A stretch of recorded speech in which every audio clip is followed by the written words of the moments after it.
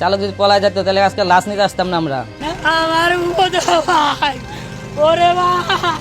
রাজবাড়ীর গোয়ালন্দ উপজেলার দৌলতিয়া ফেরিঘাটে পদ্মায় নিয়ন্ত্রণ হারিয়ে ঢাকাগামী সৌহার্দ্য পরিবহন বাস পড়ে যাওয়ার ঘটনায় চালক আরমান খানের মরদেহ উদ্ধার করা হয়েছে। নিহত আরমান রাজবাড়ী জেলার বালিয়াকান্দি উপজেলার পশ্চিম খোলা গ্রামের আরব খানের ছেলে। দুর্ঘটনার সময় বাসটি আরমান খান চালাচ্ছিলেন বলে জানা গেছে।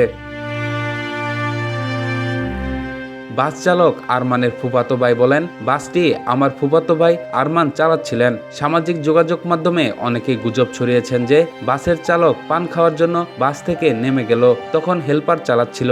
কিন্তু ঘটনাটি সত্য নয়, কারণ বাস থেকে যদি আরমান নেমে যাবে তাহলে মরদেহ কেন পাওয়া গেল।